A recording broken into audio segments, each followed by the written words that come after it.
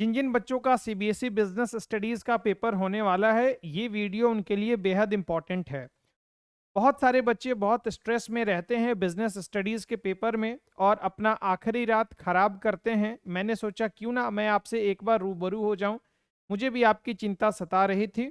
Economics के paper में भी मैंने आपको टिप्स एंड टेक्निक्स दिए थे, जिन बच्चों ने उसको फॉलो किया था उनका पेपर बहुत अच्छा गया।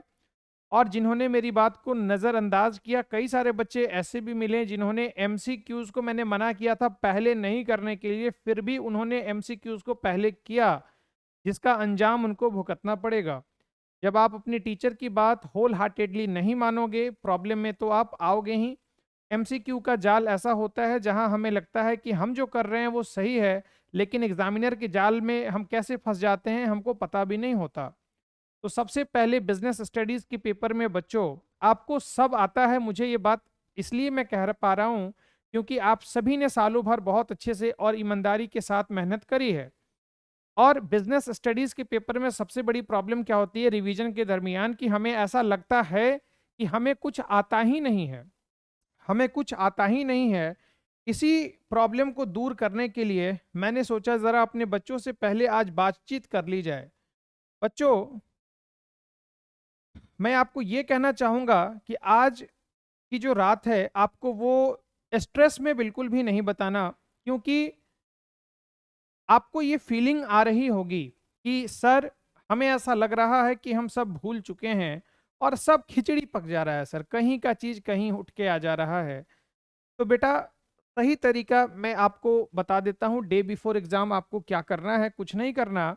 जैसे मान के चलो आपको इंपॉर्टेंस में कंफ्यूजन हो जा रहा है, इंपॉर्टेंस में कंफ्यूजन हो जा रहा है, तो आपने इंपॉर्टेंस का हेडिंग बना लिया, इसका फ्लो चार्ट बनाओ, इसको 2 या 3 हिस्सों में बांट लो आप, और बिल्कुल हेडिंग हेडिंग आपको लिखनी है। 3 हेडिंग में बांट लिया, आपकी कॉपी में एक बार में 3 हेडिंग आ जाएंगे। बच्चों लो,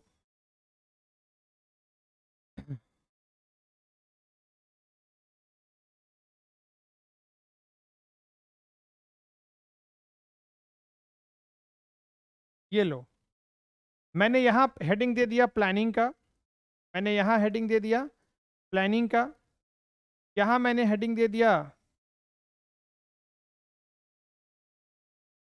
ऑर्गेनाइजिंग का, और मैंने यहाँ हेडिंग दे दिया किसका, मैं लिख देता हूँ स्टाफिंग का। आपको ऐसे ही फ्लो चार्ट्स बना लेने हैं और इनके जो भी इंपॉर्टेंस के हेडिंग्स हैं, आपको इन सब के एक सामने पॉइंट बाय पॉइंट करके लिख देना है। 1 2 3 4 5 ऐसे, इधर भी 1 2 3 4 5, इधर भी 1 2 3 4 5। अगर 6 दिए हैं तो आप 6 लिख लो, 6 कर लो, 6 कर लो।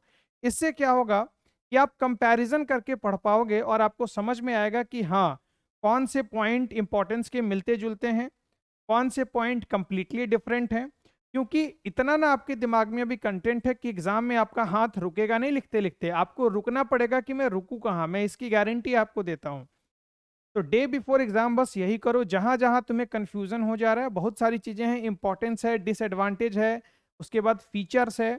तो ऐसे ही क्या करो, आप टॉपिक वाइज टॉपिक एक पेज पर फीचर्स लिखो, तीनों के हेडिंग दो, तीनों चैप्टर का, फिर अगले 3 चैप्टर का लिखो और हेडिंग हेडिंग लिख दो। इससे क्या होगा कि जब आप कंपैरिजन करके पढ़ोगे तो आपके दिमाग में एक तो बातें जल्दी जाएंगी और कुछ कॉमन पॉइंट्स निकल के आएंगे, जो आपको पता है कि क्वेश्चन चाहे कोई भी हो, मुझे ये हथियार यूज करना है।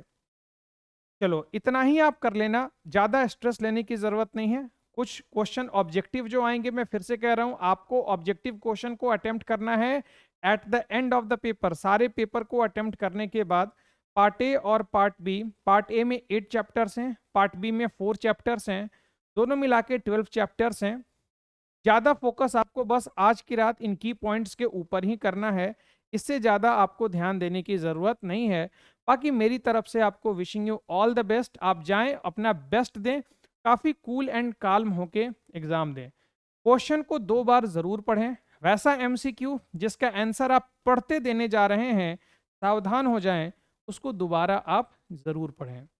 और पेंसिल जरूर लेके जाएं, कीवर्ड मार्क करें, शार्पनर लेके जाएं, जरूरत पड़ने पर उसको शार्प कर लें, इरेजर रखें, जो सारे टूल्स हैं वो आप लेके ज़रूर जाएं। प्रेजेंटेशन बहुत अच्छी देनी है, प्रेजेंटेशन के ही नंबर आपको मिलने हैं।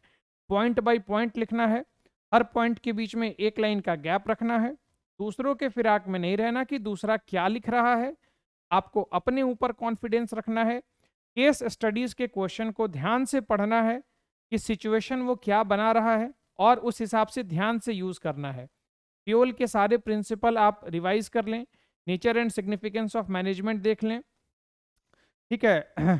पार्ट बी में जो कुछ ऑब्जेक्टिव कुछ प्रैक्टिकल क्वेश्चन ईबीआईटी वगैरह का करवाया था उसको आप ज़रूर देख लें। बाकी अपने ऊपर विश्वास रखें, ज़्यादा मैसअप हो रहा है इस तरीके से चार्ट बना ले और आप बना लेंगे, अभी 2-3 घंटे में सारे चैप्टर का बन जाएगा, फीचर का, एडवांटेज का, डिसएडवांटेज का, बस हेडिंग हेडिंग लिखना है आपको। तो सुबह भी आप उसको ओवरऑल एग्जाम में जाने के पहले फटाफट देख लेंगे तो सारे चैप्टर की सारी चीज़ें एक साथ एक जगह रिवाइज हो जाएंगी। बाकी अगर कोई भी चीज़ आपको और ऐसा लगता है तो आप मुझसे पूछ सकते हैं।